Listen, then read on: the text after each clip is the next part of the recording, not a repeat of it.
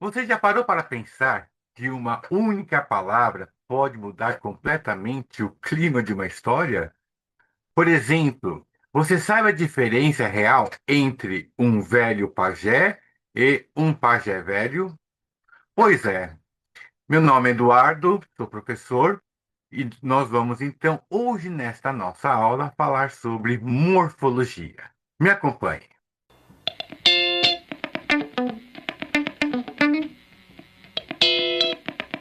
Bom, pessoal, nós vamos começar hoje a falar sobre a classe gramatical das palavras. Vamos começar hoje sobre morfologia. E vamos começar pelos substantivos e adjetivos. Acompanhe aqui comigo. Olha só. Nós temos então a imagem de um prédio, certo? Só que para vocês poderem entender todo um prédio, que seriam o quê? Os nossos textos, as nossas frases, nós devemos também conhecer os tijolos. E esses tijolos são o que nós podemos chamar na língua portuguesa a morfologia, são os tijolos, certo? Ela vem do grego morphe, quer dizer forma, e logos, que é o estudo, ou a palavra, né, da forma, estudo da forma das palavras. E dentro do campo da linguística, ela estuda a estrutura, a formação e a classificação das palavras.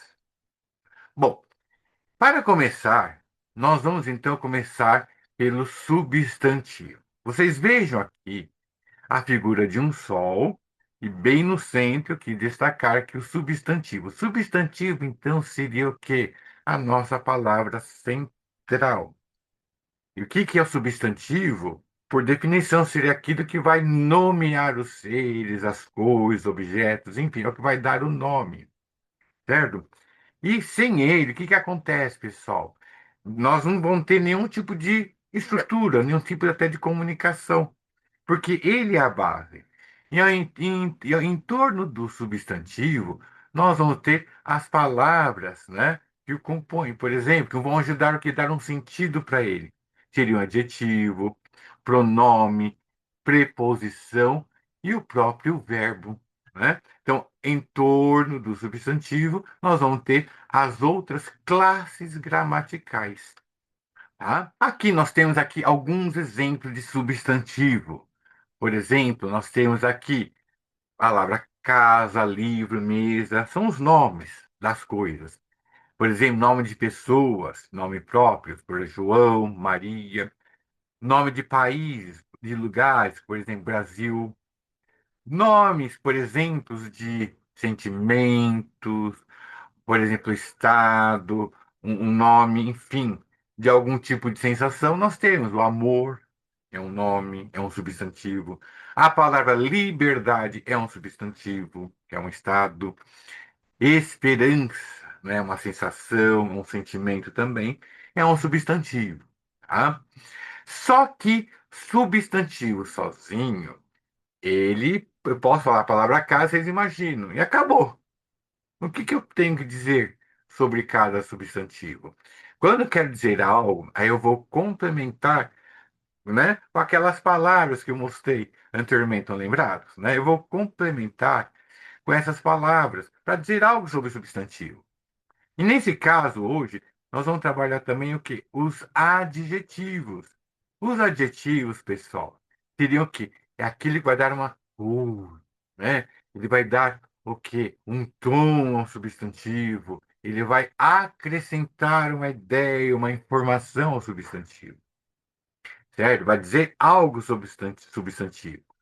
E o adjetivo, então, por exemplo, ele vai sim, dependendo da posição em que ele se encontra na frase, ele pode mudar o sentido. O exemplo que eu dei logo no início, lembro? Quando eu falei sobre um velho pajé e um pajé velho, há uma diferença na posição do adjetivo em relação ao substantivo. Quando eu tenho aqui um velho pajé, eu estou me referindo a alguém que eu conheço há muitos anos. Por exemplo, posso trocar também por um velho amigo, né? Ou seja, alguém que eu conheço há muitos anos. Agora, quando eu falo um pajé velho, ou seja, o meu adjetivo velho vem depois da palavra pajé, nós temos então já uma referência ao que? À idade. Quando eu falo um amigo velho, nós estamos tendo o quê? E bem explicitamente nos referindo ao quê? À idade da pessoa. Tá? Então vejam, aqui a posição do meu adjetivo em relação ao substantivo pode mudar o sentido da frase. Tá? Vamos ver aqui um exemplo que eu preparei para vocês. Esse exemplo, olha só, é para a gente poder entender mais ainda o uso do adjetivo combinado com o substantivo. Esta frase eu extraí de meu livro Os Filhos de Piratininga, que se encontra na Amazon. E essa frase diz assim: a névoa úmida e fria do Planalto de Piratininga para Piquerobe era a respiração de sua terra ancestral. Vejam, pessoal, que as palavras úmida e fria, elas dão aqui uma característica para a névoa, certo? E essa característica, então, a névoa é o meu núcleo aqui, certo? É o meu substantivo. Nós temos outros substantivos, quais são? Planalto, Piratininga, Piquerobe e respiração. E os adjetivos, quais seriam, pessoal? Úmida, fria e mais ancestral, seriam os adjetivos. Quando a gente fala na névoa úmida e fria do Planalto Ibiratininga, então nós vamos então já toda essa expressão, nós já vamos nos remeter à imagem acima da Serra do Mar, certo? No século XVI. Tá? Então essas palavras, e elas dão uma característica, não é uma névoa passageira, ela diz uma névoa úmida e fria. Né? Ele diz, era o que? A respiração de sua terra ancestral. Olha só, ele traz uma certa que, lembrança nessa frase. Olha, interessante, eu já estou fazendo uma interpretação de texto. Tá? Então vocês vejam aqui como o uso do adjetivo é importante. Ela vai o quê? Vai ampliar o sentido e vai dar um sentimento à frase, ao texto, às expressões. Tá? Bom, aqui eu trouxe para vocês, pessoal, uma questão muito comum no vestibular da VUNESP, certo? Ou nos concursos públicos, que eles pedem qual a diferença entre as frases. Um, ele é um pobre homem. Dois, ele é um homem pobre. Qual a diferença? Eu vou dar então alguns minutos para vocês responderem, e aí logo em seguida nós então podemos já fazer as respostas, tá? Então, vou dar um tempo para vocês. Vamos lá.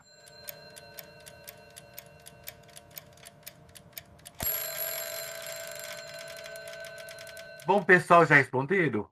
Legal, ótimo.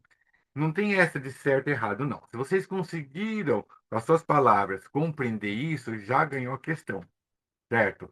Com o tempo, ao longo do nosso curso, nós vamos aprender o que é adequar a nossa linguagem. Aqui diz o seguinte: um, ele é um pobre homem. E dois, ele é um homem pobre.